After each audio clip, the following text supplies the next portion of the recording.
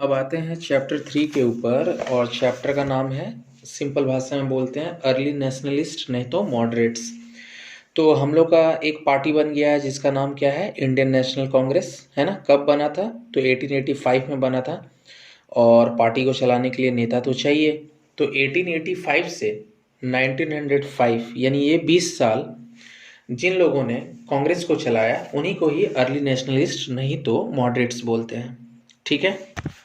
और ये वही टाइम है जब नेशनल मूवमेंट का सारा भाग दौड़ इन लीडर्स लोगों के हाथ में था। इनमें से कुछ इंपॉर्टेंट लीडर हैं दादा भाई नौरोजी, सुरेंद्र नाथ बनर्जी, गोपाल कृष्ण गोखले, है ना। और इनका जो डिमांड्स था, है ना, और तरीका जो था वो कॉन्स्टिट्यूशनल तरीका था, पीसफुल तरीका था।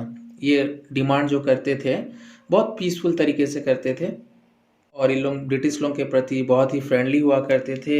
उन्हें बहुत अच्छा लगता था ब्रिटिश लोगों का इंस्टीट्यूशन और कल्चर, और उनको बहुत ही फेथ था ब्रिटिश लोगों के ऊपर, उनके सेंस ऑफ जस्टिस के ऊपर, उनके ऑनेस्टी के ऊपर, और ब्रिटिश लोग के प्रति वो लोग लॉयल तो रहते थे। एक बार दादा भाई नौरोजी ने कहा भी था, let us speak out like man and proclaim that we are loyal to the backbone. यहाँ पर बैकबोन ब्रिटिश गवर्नमेंट को बोला जा रहा है। मॉडरेट्स फेल भी होते हैं।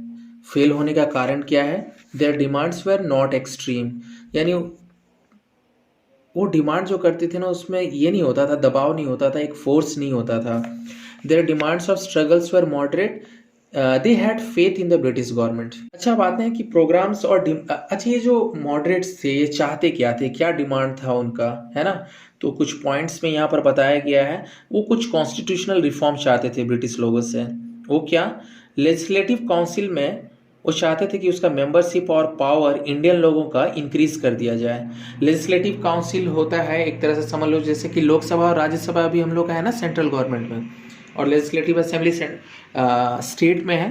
तो उनमें मेंबरशिप बढ़ाया जाए, ज़्यादा से ज़्यादा नेता रहेंगे इंडियन तो अच्छे हैं, है ना, और उनका पावर बढ़ाया जाए। दूसरा क्या डिमांड था मॉडरेट्स लोगों का? तो इकोनॉमिक रिफॉर्म्स चाहते थे। वो क्या चाहते थे कि लैंड रेवेन्यू या लैंड टैक्स में रिडक्शन हो, मॉडर्न इंडस्ट्री का डेवलपमेंट हो, सॉल्ट टैक्स को हटा दिया जाए, और reduction in expenditure on army. वो नहीं चाहते थे कि आर्मी पर बहुत ज़्यादा फिजूल खर्च हो। उनका तीसरा डिमांड क्या था? Administrative and other reforms. और वो क्या क्या चाहते थे, एडमिनिस्ट्रेशन में क्या क्या चेंजेस चाहते थे? तो चाहते थे यार कि एजुकेटेड इंडियंस जो हैं उनको हायर पोस्ट दिया जाए, सिविल सर्विसेज जो है ना उसमें एक्सपेंडिचर में कटौती किया जाए, है ना।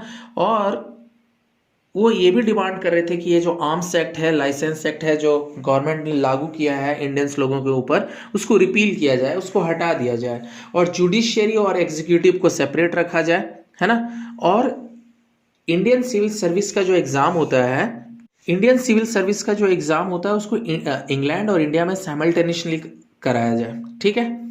और प्राइमरी, हायर और टेक्निकल एजुकेशन जो इंडिया में है उसको बेहतर किया जाए, इरिगेशन फैसिलिटीज़ को बेहतर किया जाए। और मॉडरेट्स का क्या डिमांड था कि जो सिविल राइट्स होते हैं ना उसका प्रोटेक्शन होना चाहिए। सिविल राइट्स में जैसे वो चाहते थे कि freedom of speech, press, thoughts और एसोसिएशंस पर किसी तरह का पाबंदी ना लगे, है ना। इसी मामले में तिलक को भी कई बार अरेस्ट किया था ब्रिटिश लोगों ने, तो ये चीज़ गलत था। वो चाहते थे कि फ्रीडम ऑफ स्पीच होना चाहिए, है ना, प्रेस को आज़ादी होना चाहिए कि अगर गवर्नमेंट कुछ गलत कर रहा है तो उसको क्रिटिसाइज भी करे। आप लोग वर्नाकुलर प्रेस एक्ट लगाकर और प्रेस पर पाबंदी आप लोग नहीं लगा सकते हैं। और वो लोग ना प्रैक्टिकल रिफॉर्म्स मांग रहे थे गवर्नमेंट से, और वो ग्रेजुअल स्टेजेस में चाहिए था, उनको स्टेप बाय स्टेप चाहिए था, है ना। वो अपने डिमांड को ज़्यादा पिच नहीं करते थे, है ना, क्योंकि वो नहीं चाहते थे कि ब्रिटिश लोगों की तरफ से किसी तरह का रेजिस्टेंस आए, है ना। क्योंकि अगर ब्रिटिश लोग अपोज करते तो शायद हम लोग इतने स्ट्रांग नहीं थे कि उसको फेस कर पाते हम लोग। मेथड्स क्या था उनका काम करने का, अर्ली नेशनलिस्ट या मॉडरेट्स लोगों का? तो उनमें बहुत पेशेंस था, कॉन्सिलेशंस था, कॉन्फ्रंट नहीं करना चाहते थे। कॉन्फ्रंट यानी भिड़ना नहीं चाहते थे ब्रिटिश लोगों के साथ, है ना। वो चाहते थे कि ऑर्डरली प्रोग्रेस हो, और वो हर कॉन्स्टिट्यूशनल तरीका अपनाया जाए जिससे वो अपने डिमांड को या जो भी उनका एम है ब्रिटिश लोगों तक वो पहुंचा सकें।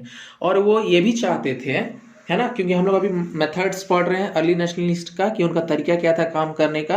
तो वो चाहते थे कि लोगों को एडुकेट किया जाए, उनका पॉलिटिकल कॉन्शियसनेस को बढ़ाया जाए, ताकि एक पावरफुल पब्लिक ओपिनियन बनाया जा सके, है ना।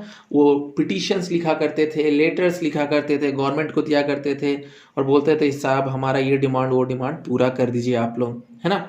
और वो डेपुटेशन भेजा करते थे इंग्लैंड, यानी सालाना किसी मेंबर्स को भेजते थे वो इंग्लैंड के पार्लियामेंट में, कि वो जाके यहाँ के लोगों का दुख दर्द इंग्लैंड के पार्लियामेंट में बोले, है ना, ताकि एक स्ट्रॉन्ग पब्लिक ओपिनियन वहाँ पर बन सके और लोग हमारे दुख दर्द को भी समझें, इंग्लैंड वाले लोग। The early nationalist also use the press for criticizing the wrong policy. Press का बहुत इस्तेमाल करते थे, है ना, ब्रिटिश का कोई भी गलत पॉलिसी को क्रिटिसाइज करने के लिए। तो ये इनका तरीका था। उनका बिलीफ क्या था रे, वो कॉन्स्टिट्यूशनल और पीसफुल तरीके पर बिलीव करते थे। वो नहीं चाहते थे कि किसी तरह का वायलेंट तरीका अपनाए ब्रिटिश लोगों के प्रति, वो रुकने के लिए तैयार थे। ठीक है, क्या मॉडरेट्स कंप्लीटली फेल हो गए कि उन लोगों ने कुछ अचीव भी किया?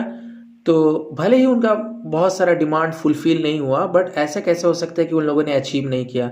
उन लोगों ने नेशनल यूनिटी अचीव किया, है ना, एक फीलिंग जगाया लोगों में कि हम लोग एक वन कॉमन नेशंस के लोग हैं, है ना। और कहीं ना कहीं पॉलिटिकल कॉन्शियसनेस को भी उन लोगों ने बढ़ाया हमारे इंडियंस लोगों के बीच में।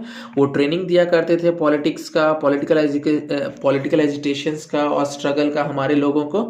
और ये कहीं ना कहीं आने वाला टाइम में एक स्ट्रॉन्ग फाउंडेशन दे रहा था, है ना, जिसके ऊपर हमारा देश आगे चल के आज़ाद हुआ। पर हमारे मॉडरेट्स जो थे ना कहीं फेल कर रहे थे रे। वजह ये था ना कि उनका मास फॉलोइंग नहीं था, उनको सिर्फ कुछ ही सोसाइटी के तबके के लोग थे जो सपोर्ट करते थे। और उनका जो तरीका जो मॉडरेट था ना, वो किसी तरह का दबाव नहीं बना पा रहा था ब्रिटिश गवर्नमेंट के ऊपर, है ना। और कहीं ना कहीं अगर वो कोई चीज़ बोल भी रहे थे ना, उनको लगता था कि अगर वो ब्रिटिश से रिक्वेस्ट करेंगे और इंडियन लोग उतने काबिल हो जाएंगे तो ये लोग फ्रीडम दे देगा इंडिया को, या उस तरह का इंस्टीट्यूशन सेटअप कर देगा ब्रिटिश लोग, जिसके तहत हम लोग अपने देश को खुद से रूल कर पाएंगे। बट ये कहीं ना कहीं इनका जो ओपिनियन था ब्रिटिश लोगों का ओपिनियन से अलग था, और इसीलिए ये बुरी तरीके से फेल हुए। हम लोग दो तीन बड़े बड़े लीडर्स का कंट्रीब्यूशन के बारे में पढ़ेंगे जो कि मॉडरेट्स हैं। उनमें से एक होते हैं हमारे कौन, तो दादा भाई नेहरू जी। इन्हें grand old man of India भी कहा जाता है। ये बने कांग्रेस के 3 बार प्रेसिडेंट बने हैं ये इंडियन नेशनल कांग्रेस के, एक 1886 में, एक 1893 में और एक 1906 में। ये कुछ मैगजीन वगैरह भी लिखा करते थे, धर्म मार्ग दर्शक, ट्रेन थ्योरी भी इनका शायद एक किताब है, और इन्होंने एक संस्था भी बनाया था ईस्ट इंडिया एसोसिएशन। तो ये सब चीज़ों का ख्याल रखना। बट ये कंट्रीब्यूशन नहीं है रे, कंट्रीब्यूशन मैं अभी डिस्कस करता हूँ। ज़्यादातर कंट्रीब्यूशन पूछा जाता है इन लीडर लोगों का। तो he was in favour of appointing educated Indian to higher post, है ना। वो चाहते थे कि जो पढ़े लिखे हमारे इंडियन से उनको हायर पोस्ट मिले। उन्होंने बहुत सारा मूवमेंट स्टार्ट किया अगेंस्ट वर्नाकुलर प्रेस एक्ट, है ना। और उन्होंने बोला कि यार ये बहुत गलत है, प्रेस को फ्रीडम होना चाहिए, है ना। और आप लोग ये सब एक्ट फालतू का ला रहे हैं, ये सबको हटाइए आप लोग। और जमींदार लोग जो पीजेंट के साथ एट्रोसिटीज करते थे, है ना, अत्याचार करते थे, उसके खिलाफ भी इन्होंने काफ़ी बोला। ये पहले कांग्रेसमैन हैं जिन्होंने फर्स्ट टाइम स्वराज का वर्ड का यूज़ किया था रे, है ना, कि स्वराज का मतलब कंप्लीट इंडिपेंडेंस। और ये इन्हीं के क्योंकि 3 बार प्रेसिडेंट रहे हैं, तो इन्हीं के प्रेसिडेंटशिप में ये 3-4 चीज़ें पास हुआ कांग्रेस में। एक सेल्फ गवर्नमेंट, एक बॉयकॉट, स्वदेशी और नेशनल एजुकेशन, इन्होंने ही पास कराया था पार्लियामेंट में। इन्होंने ये किताब लिखा था, ये 2019 में आया भी था, poverty and un British rule in India, है ना। वो इस चीज़ के वो अपने राइटिंग्स के थ्रू ये दिखा रहे थे ब्रिटिश लोगों को या इंडियन लोगों को कि इंडिया का वेल्थ को कैसे इंग्लैंड ड्रेन करके ले जा रहा है और हमारा इकोनॉमी को बर्बाद कर रहा है। गोपाल कृष्ण गोखले जी ने दादा भाई नेहरू जी के बारे में कहा था, if there is the divine in man it is in Dadabhai Nehru ji. हैं मॉडरेट्स के दूसरे बड़े लीडर्स के ऊपर, वो हैं सुरेंद्र नाथ बैनर्जी। उन्हें इंडियन बुरके भी कहा जाता है, बहुत बड़े लीडर थे एडमंड बुरके, है ना। और ये इसलिए कहा जाता है क्योंकि सुरेंद्रनाथ बनर्जी एक बहुत ही अच्छे ओरेटर थे, बहुत अच्छे स्पीच वगैरह देते थे, जस्ट तुम्हारे सर के जैसा, मेरे जैसा, है ना। His speech had knowledge and the capacity to move the audience. But ये इनका कंट्रीब्यूशन नहीं है, ज़्यादातर कंट्रीब्यूशन पूछता है, तो आते हैं उसके ऊपर। इन्होंने इंडियन एसोसिएशन बनाया था, सुरेंद्रनाथ बनर्जी ने, एक संस्था था, और एक किस लिए बनाया था, ताकि पब्लिक लोगों को एडुकेट कर सकें, पब्लिक ओपिनियन बना सकें, उनके अंदर एक पॉलिटिकल कॉन्शियसनेस को जगा सकें और लोगों के अंदर एक यूनिटी ला सकें। अब इनका कंट्रीब्यूशन, थोड़ा इंपॉर्टेंट कंट्रीब्यूशन के ऊपर फोकस करते हैं, जो एग्जाम में हम लोग का पूछता है, शायद 4 नंबर का होता है, कि उन्होंने एजिटेशन स्टार्ट किया लाइसेंस एक्ट के अगेंस्ट में, आर्म्स एक्ट के अगेंस्ट में, वर्नाकुलर प्रेस एक्ट के अगेंस्ट में, and lowering the age from 21 years to 19 years, इससे फॉर ICS एग्जाम। इनको इन्होंने हैवीली क्रिटिसाइज किया रे, बोला कि यार ये सब चीज़ें जो हैं ये गलत हैं। और ये सुरेंद्रनाथ बनर्जी जो थे, ये मिंटो मॉर्ले रिफॉर्म्स जो हुआ था उसको भी अपोज किया था। और ये मिंटो मॉर्ले रिफॉर्म्स कहाँ था, क्या था रे, ये 1909 में आया था, जो सेपरेट इलेक्टोरेट फॉर हिंदू और मुस्लिम्स डिमांड कर रहा था। ये इस चीज़ के भी अपोज में थे, पार्टीशन ऑफ बंगाल के, है ना। ओके, अब आते हैं हमारे तीसरे बड़े लीडर गोपाल कृष्ण गोखले के बारे में। इनको political Guru of Gandhi ji भी कहा जाता है, गोपाल कृष्ण गोखले को। इन्होंने भी अपना एक संस्था चालू किया था, सर्वेंट ऑफ इंडियन सोसाइटी। ये एडिटर भी थे एक बड़े न्यूज़पेपर का, सार्वजनिक सभा, है ना। बाल गंगाधर तिलक जी ने लिखा था इनके बारे में, गोपाल कृष्ण गोखले के बारे में।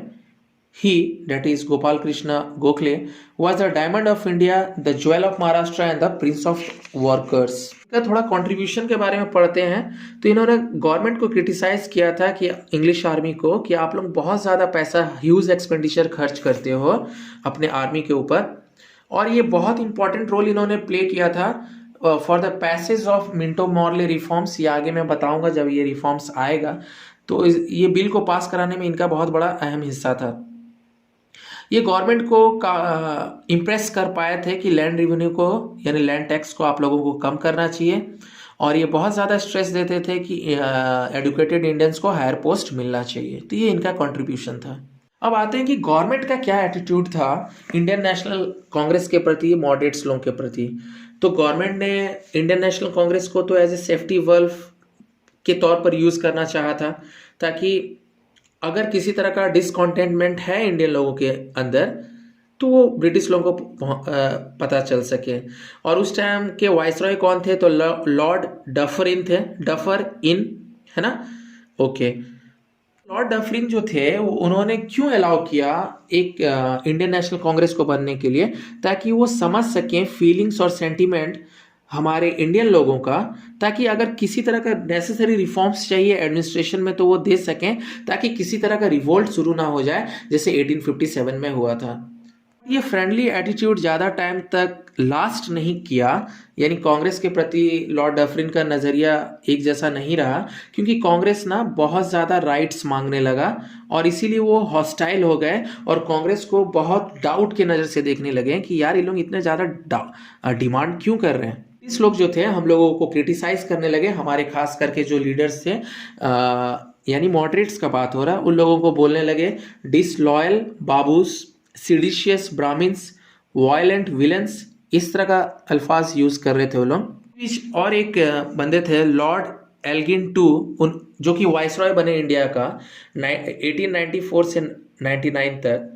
उन्होंने कहा India was conquered by the sword and by the sword it shall be held, है ना। तो ये बहुत इंपॉर्टेंट है, इस तरह का स्टेटमेंट उन लोग दे देता है और बोलता है कि ये किसने कहा था, तो लॉर्ड एल्गिन टू ने कहा था, ELGIN, है ना।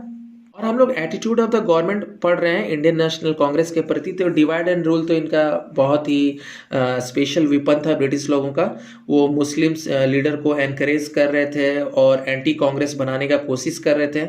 सीड ऑफ कम्युनलिज्म हिंदू और मुस्लिम्स के बीच में इन लोगों ने बोने का हर मुमकिन कोशिश किया, है ना। Government tries to oppose the Congress, the more powerful, influential and popular it became. यानी गवर्नमेंट जितना कांग्रेस को अपोज करने लगा, वो उतना ही पावरफुल, इन्फ्लुएंशियल और पॉपुलर बनने लगा, जस्ट तुम्हारे सर के जैसे, है ना।